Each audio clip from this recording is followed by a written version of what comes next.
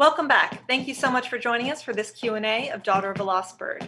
I would like to briefly reintroduce our guests, Director Brooke Swaney, and subjects Kendra Mylnechuk Potter and Sandy Henderson. KJ Matthews also joins us to moderate this wonderful discussion.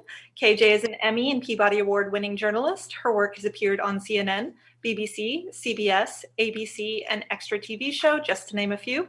Thank you so much for leading the discussion, KJ. Please take it away. Thank you. I am honored to be leading this wonderful discussion about this film. I saw it just recently, and I think you all will enjoy it. Without further ado, I want to jump right into it and talk to the filmmaker, Brooke. Brooke, I was fascinated by this film. I have so many questions for you and the other panelists here. The first thing I want to know is, what made you want to turn this into a documentary? Well, it was kind of always going to be a documentary. It was Kendra's story and it's her life. And, I had made fiction films before, but, there's something about, docs where you're seeing it, envelop or not envelop, but, like roll out in live time. You can't really, you can't replicate that. I mean, great fiction filmmakers are trying to replicate that feeling all the time, but there's something magical about, like my background right now is the moment of Kendra and April meeting each other for the first time. And you just can't, it's like something spiritual in that moment. Yeah. It's a great film, and it has so many different themes overlapping, identity, trying to find out who you are.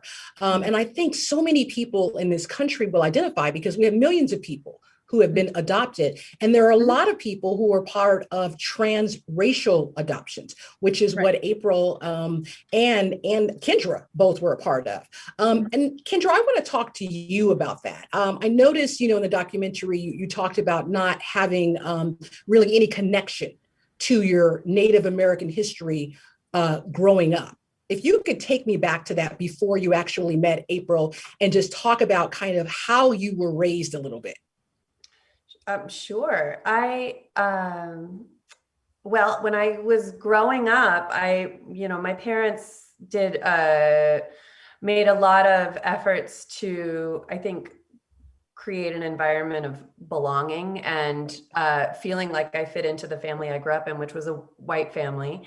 And I grew up in a very white community. So I didn't know anything about where I came from. And it really wasn't even a question too much until I got closer to 18, when I had started thinking about trying to find my birth mother and find out where I came from. I grew up going to Episcopal church. I went to a Catholic school, and the questions around identity, I found out that I was possibly Native American. I think maybe even like the week before my 18th birthday was when that conversation first came up. And then there were still a lot of questions until I found April, until I was about 5 months postpartum. Suka was 5 months old. So that was the first time I found out that I was Lummi and started following those breadcrumbs. Before then, we thought I was Inuit, which we still haven't really landed on how that came up. But Alaska Native, I think, was what April said she thought she might be when she put me up for adoption. So, well, because her mother had been taken to, or had spent some time in Alaska or something. So then we just made that assumption. It's kind of weird how, like, it's almost like identity telephone, where there's one thing that you hear, and then like over time it just like morphs into this whole thing. So looking at your adopted family, I thought, okay, she could be Greek, or she could be European Italian, or maybe New England. You had a couple different looks, other than you looked a little bit different from your actual adopted family. So I would imagine that was a talking point as you were growing up, and you would go to elementary school and, middle school and high school. People probably would see your adopted family and see you and might say something or have questions at all. And I'm wondering if you ever had to deal with that. There was one kid. I did not babysit hardly ever. I knew nothing about kids before I had them, but there was one little kid that I watched when I was, I don't know, maybe like 12 or 13, who asked, my mom dropped off some homework for me that day. And then she left, and this little like 4-year-old, because they, see everything, was like, "Why are you brown and your mom is pink?" Oh, and wow. I said, well, I'm adopted. And we talked about the fact that, I didn't come out of my mom. Someone else gave birth to me and she raised me. And it inadvertently ended up creating a lot of questions for the parents of that kid. But it wasn't really, I think I've always been, really white seeming, and it wasn't too complicated. In fact, my adoptive brother, Scott, and I, who are in no way biologically related, people always used to tell us that they saw a resemblance, and we'd be like, huh, weird. I can imagine. Sandy, I'd like to bring you in and just get your point of view as you listen to Kendra talk about this. What are your thoughts?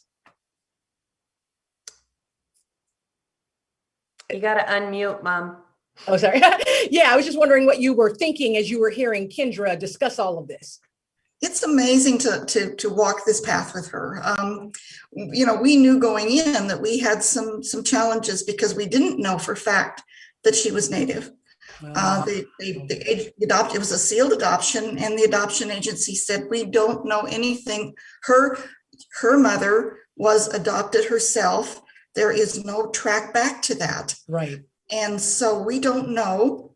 Her mother thinks maybe she might be Alaskan Indian by some part of her ancestry, but she doesn't know anything.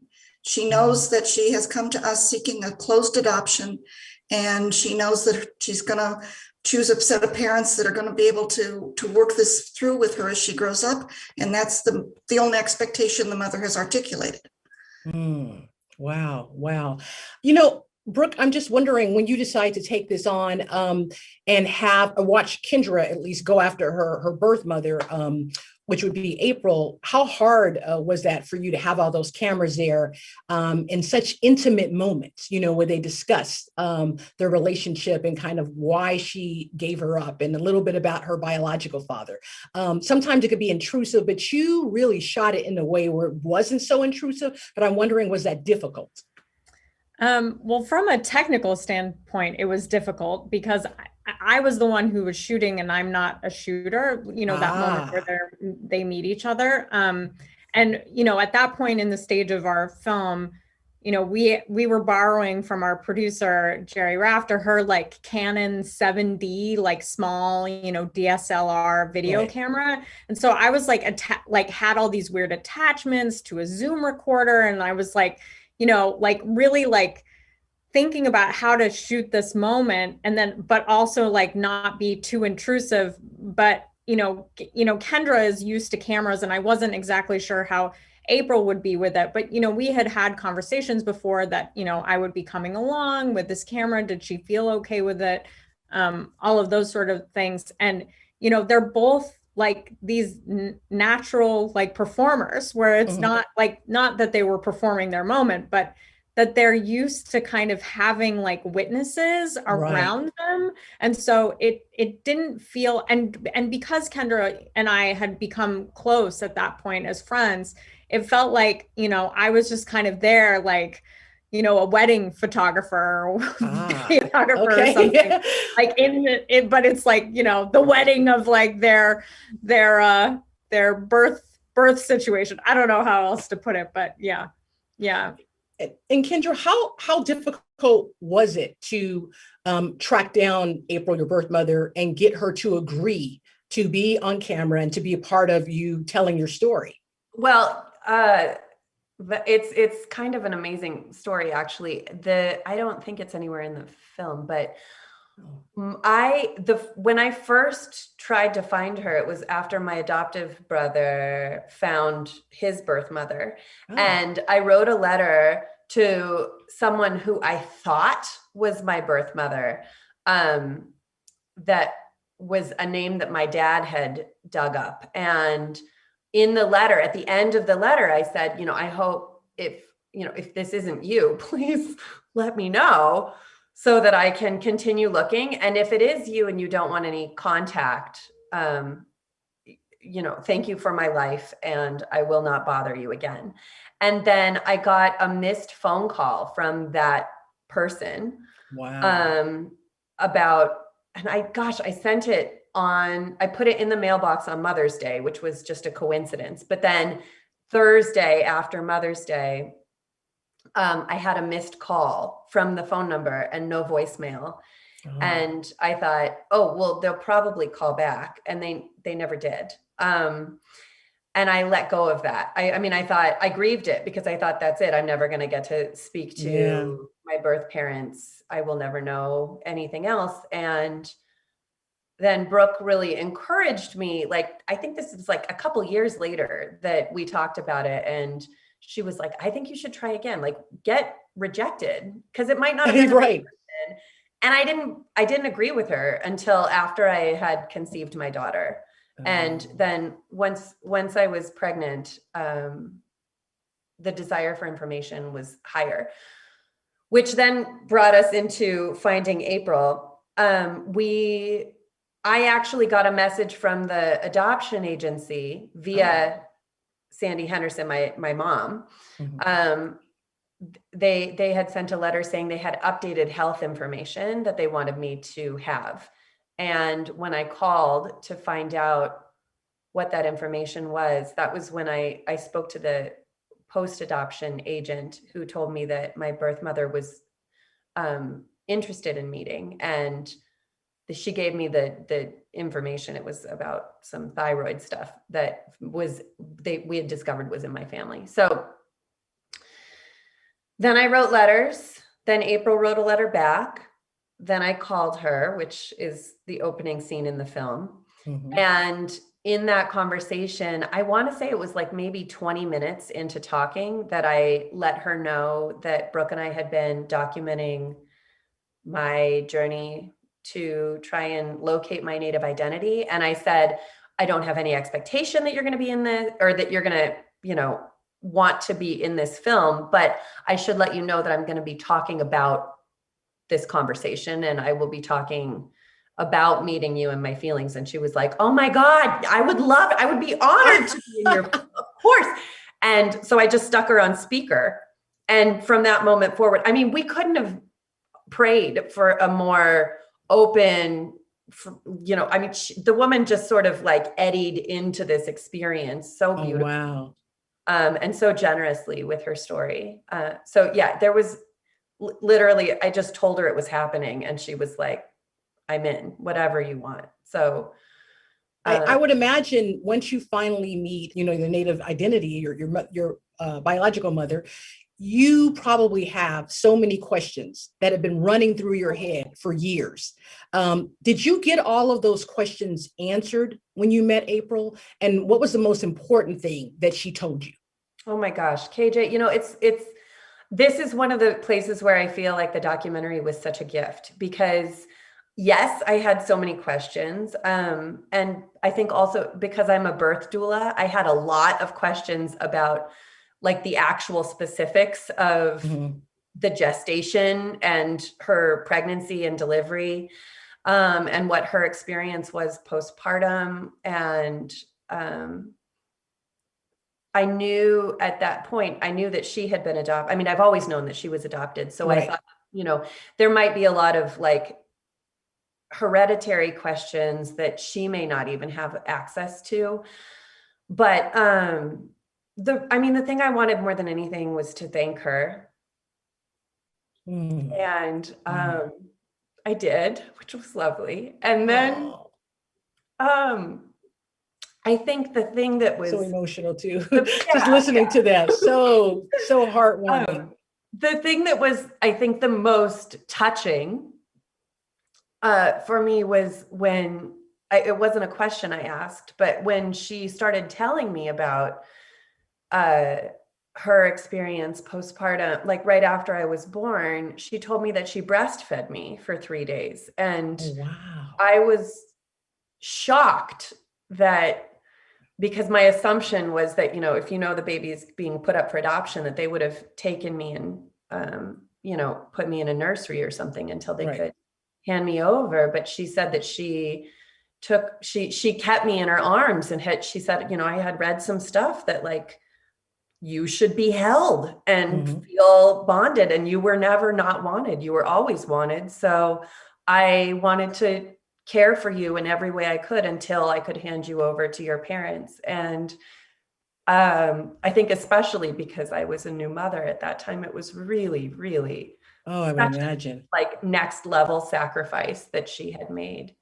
And I don't mean to interject, but I want to say, both you, Kendra, and Brooke, outside of the fact that, you're the subject of her documentary here, you both share the fact that you both have Native American blood running through you. Am I correct? Yeah. Yeah. So how was that, especially for you, Brooke, as the filmmaker, turning your lens on someone who's trying to connect with their Native American identity that they haven't ever connected with all their life, and you yourself being Native American as well? Was there that connection there? I realized, like, as we were filming, and I kind of talk about it in the film, but I had realized at some point that I had made all these assumptions that Kendra knew stuff about being Indigenous. And at some point, like 2-3 years into our relationship, I was like, oh, she doesn't know anything. And so it was like this big learning curve for me about how to help Kendra on her journey about learning about herself. There was one moment where, we had a shoot where we did the interview with April, where she kind of tells you all about her life. And it was like a huge weekend that we went out to Portland. And then, like, the next day, we went and did this interview with Terry Cross, who is the founding executive director of the National Indian Child Welfare Association. And, he was like explaining to both Kendra and April kind of like the history of, boarding schools, the Indian Adoption Project, why the Indian Child Welfare Act was came about through, activism. And then, mentioned like the forced sterilizations that happened in the 1970s to Native American women across the United States, which I learned just recently, one of my relatives, that happened to her. So, like mixing all of this like heavy information, but also with wanting them to, or specifically with wanting Kendra to like learn more, because I feel like when you learn more, it's never a bad thing. Like, it's always good to like enrich your worldview and your experience.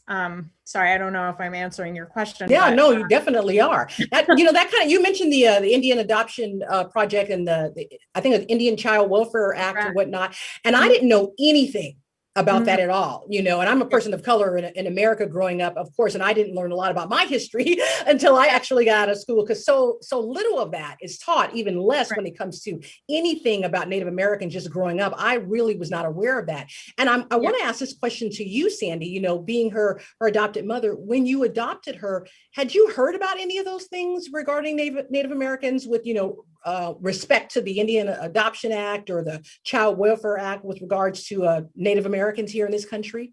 Oh, yes. I knew a fair amount of it on several levels. I'm a native Montanan. Right. So I grew up just a few miles from the Flathead Reservation, and I knew, so I knew that there were from some very racist grandparents. I knew some things that I didn't like to hear. That I never shared because I thought they were awful. And there was also in Salem, Oregon, there was an Indian school, and there was a lot of information that was available about how horrific that experience was for those children. And so, yes, as an adult, mother-to-be, I knew about those things. And I knew about them when they called and said, we know the birth mother thinks that she might have some Native ancestry. She says that the birth father does not. She herself was adopted. That's where the trail ends. And so we were given a choice at that moment. Was this a right thing for us to go forward and do? And so we had those conversations. The adoption agencies take a lot of care. Right. The last thing they want you to do, like he said to me, if there's anything that would make you flee from a baby in your arms, please tell me. Because one time I handed a baby to someone and I just knew something was wrong. And so I asked the mother and dad to step out, and they said, well, we've never had a redhead in our life and we're not sure what we do with one. My reply to him is, if you would hand a redhead to me, I'm bolting with them. But it was, they have those conversations with you as you get ready to step into a new life with a child. And so those things were made pretty clear to us. I love this documentary too, not just because it follows Kendra's story and connecting with her ethnic background and whatnot, but also, Brooke, just because it also tells history. It really can be taught, I think, even in classrooms. Yes, it's a documentary. Yes, it follows one lady's story, but we also learn a lot more about Native American in this country, and the things that they went through just 50, 60 years ago. I'm wondering, would you love to see your documentary taught in certain schools or be part of education in this country with regards to Native Americans? Absolutely. I mean, we made this film, not just like as a character driven narrative about Kendra and April's story, but, there is a point to this story, like that, I mean, all lives have points to Right. each life is meaningful and life is sacred, and all of that. But, Kendra and April, are such an amazing example of, what happens when, Native kids don't have the opportunity to be connected to their tribe for good or for bad, and April had a lot of struggles. Kendra, not so much, comparatively, but they both have a lot to offer. And we also wanted to provide that historical perspective, to really give their stories, context. Wow. Would you like to see the story taught in classrooms? I mean, of course, you would be the center of it, Kendra. Would that make you feel odd at all? But it'd be wonderful to have so many other Native Americans throughout this country see your story and probably learn a lot, even non-Native Americans, just to learn about, the historical part of what your people went through, Yeah, well, I feel like so weirdly, obviously, I think it's a fascinating story, right? Yeah. But I feel like where we are at as a nation right now, and sort of this request to do some serious reckoning with the way that this country was founded, with how to move forward once more information is gained. I actually feel like the way that this film has been created and the way that the story is told, helping to contextualize my or my personal experience within like the greater scope of systemic problems. I feel like obviously I would love to see it shared as a launch pad, not as it's not the end of a conversation. It's the very beginning, I think. And the public learning that I am like now just newly publicly learning something that I've been, navigating for a lot of years. It's uncomfortable. And there are some cringe moments for me watching the doc now, but if it has the opportunity, if the film can help a couple of people understand a little bit better, either their own relationship to the context of this government's, it would educate. It would really just educate. It really just educate, and we all need that awareness. Yeah, to educate and to see that maybe there are some ways back and Right. ways forward, not, you know, we're not stuck where we are. Right, right. Well said. I could not have said it better. I could talk to all three of you all day long, but unfortunately we have to end. We want to thank everybody for tuning in to this wonderful discussion of this wonderful documentary, Daughter of a Lost Bird. Kendra, thank you. Brooke, the filmmaker, thank you. And Sandy, thank you, thank you, thank you for being such a part of this panel and this discussion. I hope everybody will walk away learning more and will go to your website and want to watch the film and read up a little bit more about all the things that we talked about today. Thank you so much. And I want to turn it back over to Mylene at AFI. Thanks, KJ. Thank you for moderating this incredible discussion. And thank you all so much for being here. I just want to echo KJ. Thank you to Brooke for this beautiful film, and to Kendra and Sandy for sharing your story. We're so honored to be screening this film as a part of AFIDOCS. Thank you as well to everyone in our audience for being here today. Please visit our website at docs.afi.com for more opportunities to interact with these films, audiences, and filmmakers, and of course to see more films. Daughter of a Lost Bird is available to screen throughout the remainder of the festival, and we would love to hear from you on social media at #AFIDocs. Thanks, everyone. Thank you.